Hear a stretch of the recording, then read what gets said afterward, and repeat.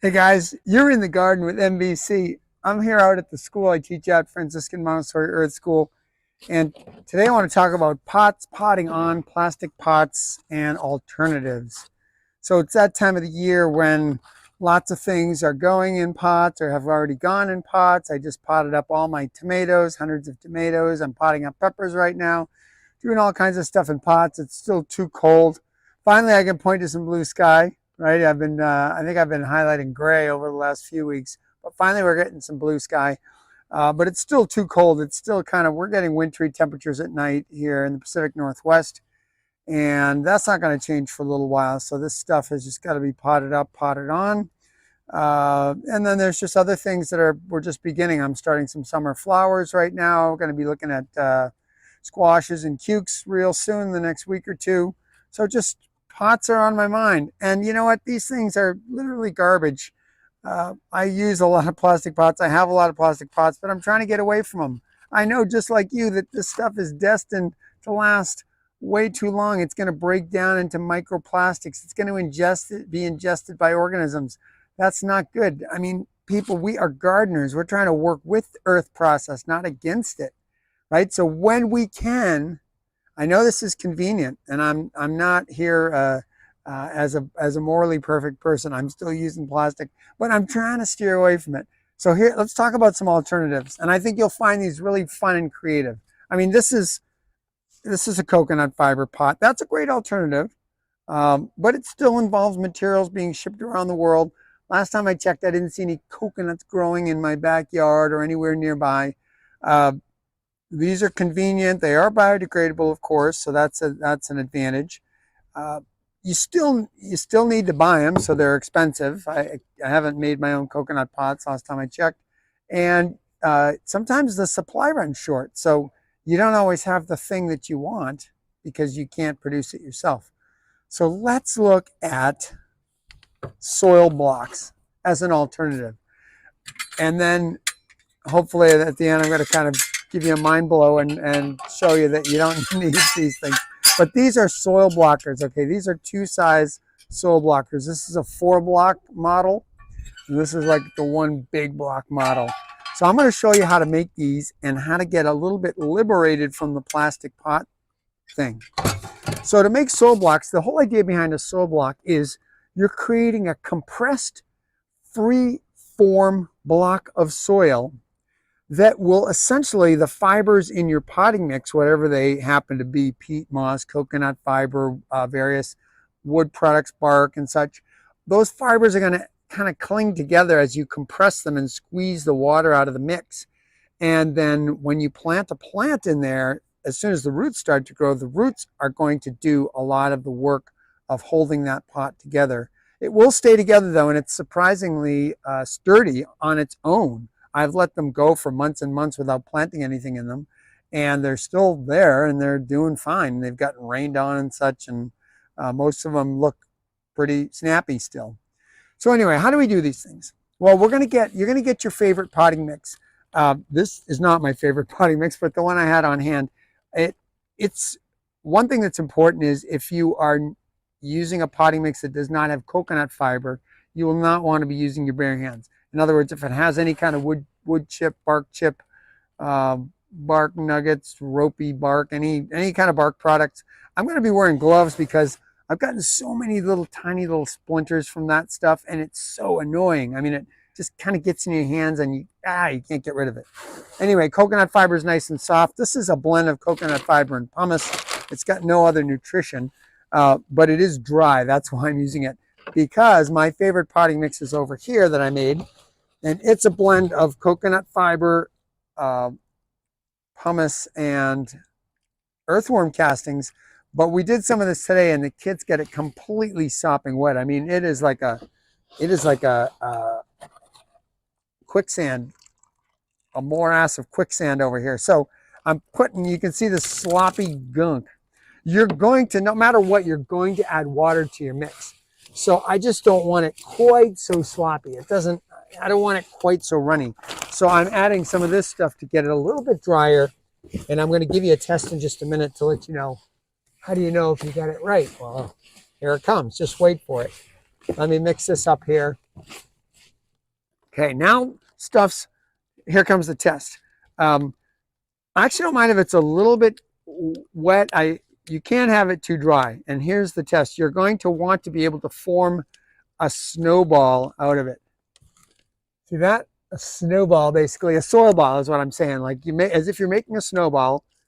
And if you can toss it and have it stay intact when you catch it, if it goes to 1,000,000 pieces, it's too dry. You're going to need to add more water.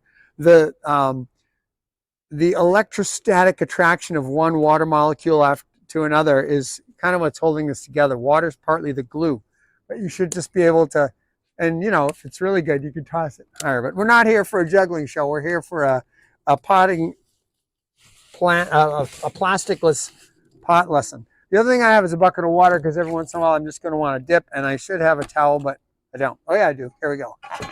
There we go. So I have also got some trays that I'm going to be putting these things on. I'll put that right on top of that for right now. Okay, no, I can't do that. I'm going to put it right on top of this for right now. All right, I've got my 4-block soil form here. This I ordered from Johnny's Selected Seeds. A lot of places have this soil block maker. I tend to dip it in water first before I go plunging in. I think of that as like like you oil a cookie sheet. Okay, it's going to help the soil from really sticking completely in there. And then you're going to just get in there and pack the squares. Okay, you are going to just get in there and you're going to squeeze the soil down. You can also just kind of jam it into a bunch of soil and use a rocking and spinning motion until you hit the bottom. I've got a planting tray here, so I'm just kind of jamming this into a bunch of soil. But in the end, I'm just going to want to turn it upside down and make sure I packed it and smooth it off. Okay, now if I have a good mix, and you can even stick your thumb in each of these to make sure you've got it enough. If you don't, just fill in more and level it out. Okay, now I'm going to depress this top part while holding on to this bar and watch what's going to pop out. I'm actually going to do it up here for visual effect. That was awesome, right? 4 amazing soil blocks. Here, let me do it again, and then I'll actually show them to you this time.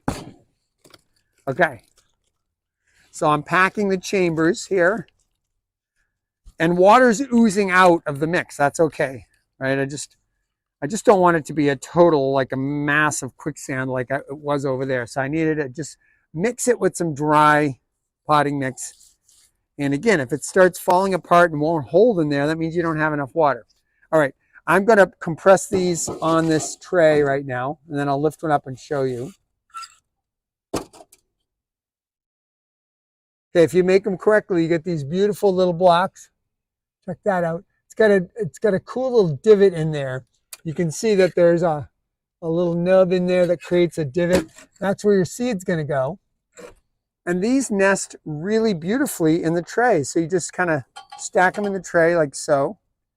See in there? Whoop. Oh man, they roll down. Don't, yeah, I'm filming here. This is not what I'd be doing normally. I'd just be stacking them in straight up. I pack in as many as I can.